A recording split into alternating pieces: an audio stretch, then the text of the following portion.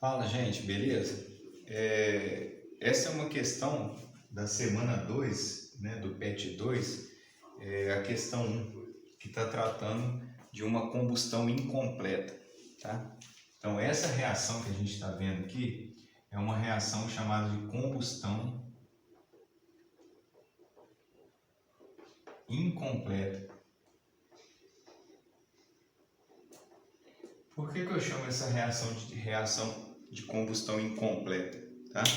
Porque, se vocês lembram da atividade 1 da semana 1 do PET 2, eu tinha carbono sólido mais oxigênio, gás oxigênio, né, no estado gasoso, formando CO2, que é o dióxido de carbono ou gás carbônico, também no estado gasoso. Tá? Então, essa é uma reação que eu chamo de combustão completa. Tá? Por que completa? Porque para cada átomo de carbono, eu uso 2 átomos de oxigênio, né? Uma molécula de gás oxigênio, para formar uma molécula de gás carbônico, em que eu tenho um átomo de carbono e 2 de oxigênio. Tá? Então, se você contar aqui, eu tenho 3 átomos e aqui eu tenho 3 átomos. Tá? Essa reação de síntese. O que acontece? Toda reação química ela é regida pelas leis ponderais. Tá? A primeira lei ponderal é a lei de Lavoisier, que fala da massa, né? A mesma massa que eu tenho nos reagentes, eu tenho no produto. Tá? É a lei de conservação de massa.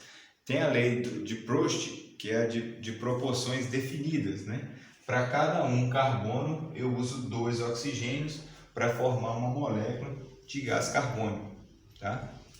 E eu também tenho a lei de Dalton, né? Que é a lei de proporções múltiplas, que é o que me permite a combustão incompleta. Né? Que eu tenho aqui, então, metade da molécula do gás oxigênio, né? Molécula, né, do oxigênio gasoso. Isso aqui significa que eu tenho a metade da molécula, tá? Que está reagindo com esse carbono e formando o que a gente conhece como monóxido de carbono. Né? Então aqui eu tenho um carbono, um oxigênio, e aqui eu tenho um carbono e um oxigênio. Tá? Lembrando que o que eu falei, que a reação química é só um rearranjo de átomos. Então, os mesmos átomos que eu tenho no reagente, eu também tenho no produto. Né? Lembrando que o que é antes da seta é reagente e o que é depois da seta é produto. Tá? Então, essa é uma reação de combustão completa, tá? E essa é uma reação de combustão incompleta. Beleza? Então, uma informação, né, biológica é que quando eu reajo um átomo de carbono com a metade da molécula de gás oxigênio, né, então eu estou reagindo um carbono com um oxigênio e eu estou formando um monóxido de carbono. Tá? Esse monóxido de carbono ele é um produto de uma reação de combustão incompleta. Tá? Esse monóxido de carbono, quando ele atinge a nossa respiração, né, quando a gente inspira monóxido de carbono e ele passa pelos alvéolos pulmonares para o sangue, ele se liga à hemácia, que é um glóbulo vermelho. E a hemácia ela tem essa função no nosso corpo de carregar, né, as substâncias, tá? Tanto o oxigênio quanto o gás carbônico.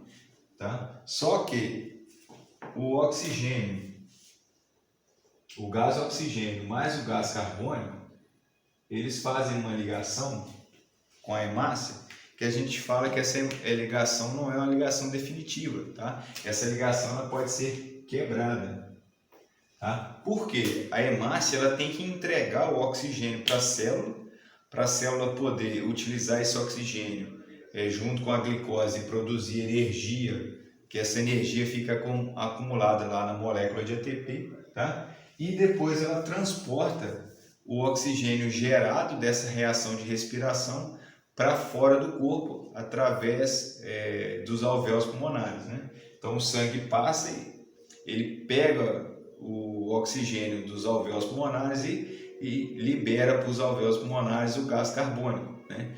Então esse gás carbônico, parte dele é transportado pelas hemácias, a outra parte é transportada em forma de bicarbonato pelo plasma do sangue. Tá?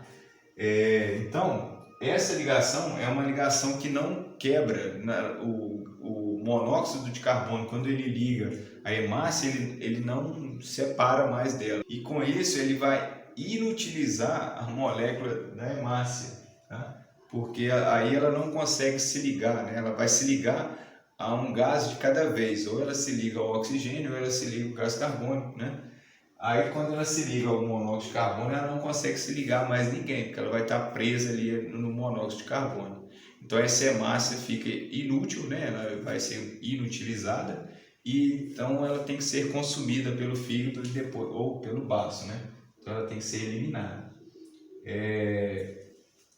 Dentro da hemácia a gente encontra a hemoglobina, né? Que é a proteína responsável por esse transporte. Tá? Então esses dois elementos aqui, eles se separam da hemácia, né? Ou para ser eliminado pelo corpo, ou para entrar na célula e fazer a reação de respiração. Tá? Que também a respiração celular é uma reação química. Né? Então o que vai acontecer? Quando eu juntar então um átomo de carbono a metade da molécula de gás oxigênio, então eu vou formar o monóxido de carbono, ok? Na questão 1, ele está pedindo para fazer uma reação, né, para a gente medir quanto de monóxido de carbono vai ser formado, tá?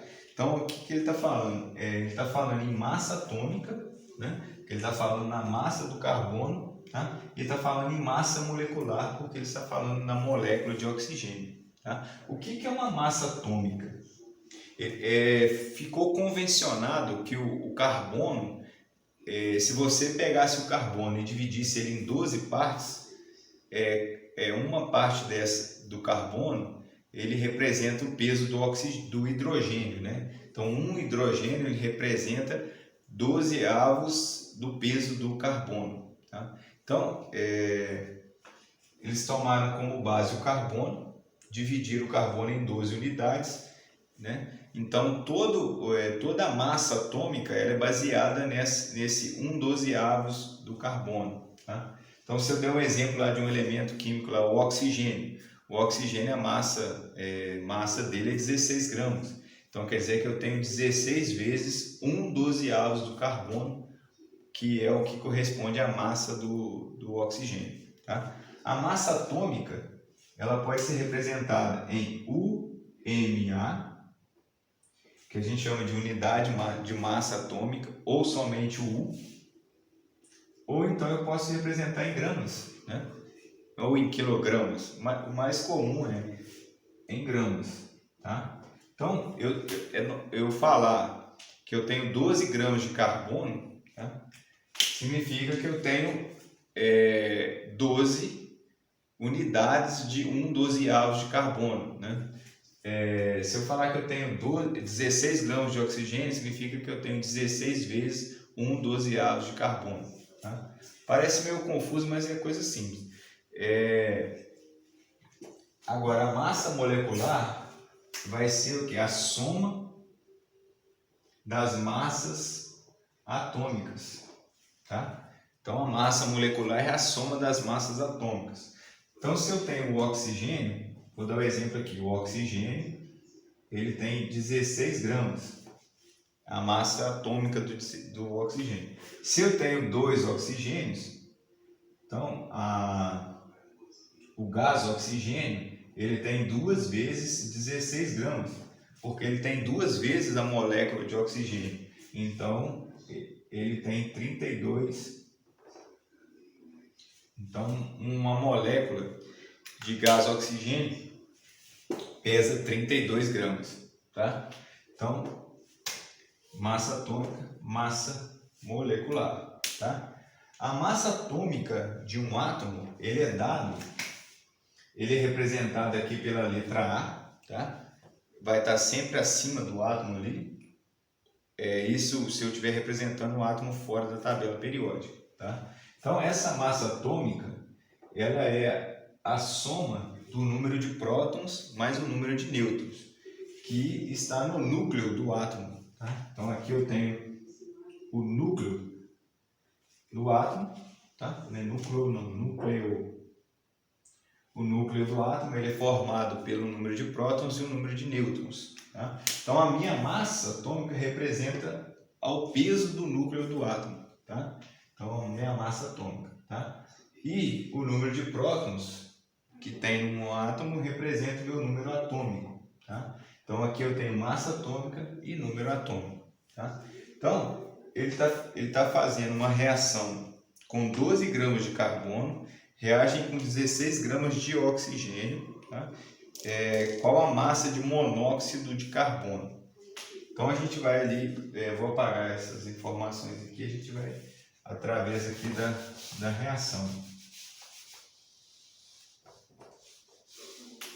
Então, o que acontece? Aqui eu tenho um mol.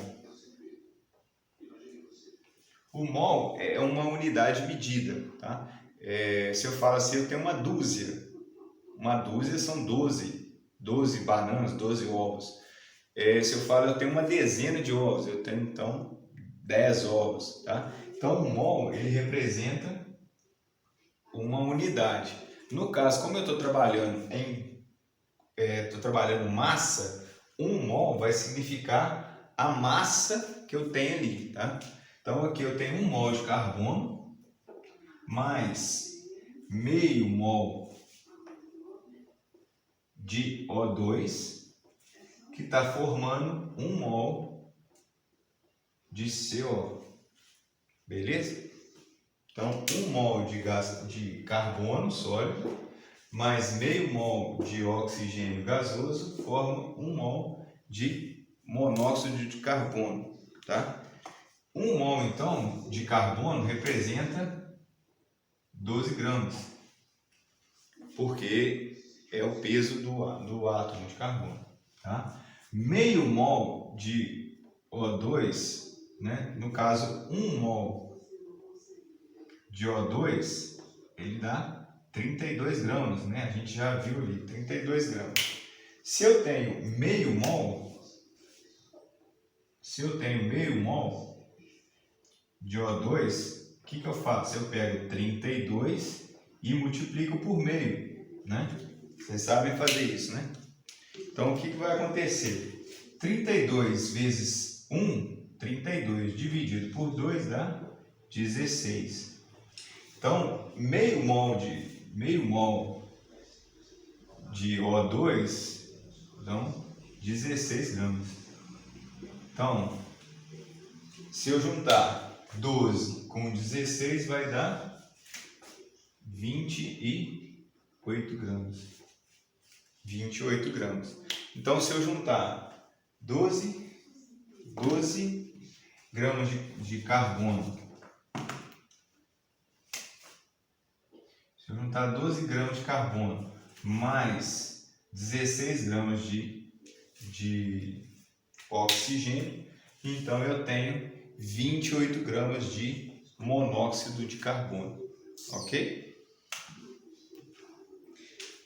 Aí ele fala, considerando que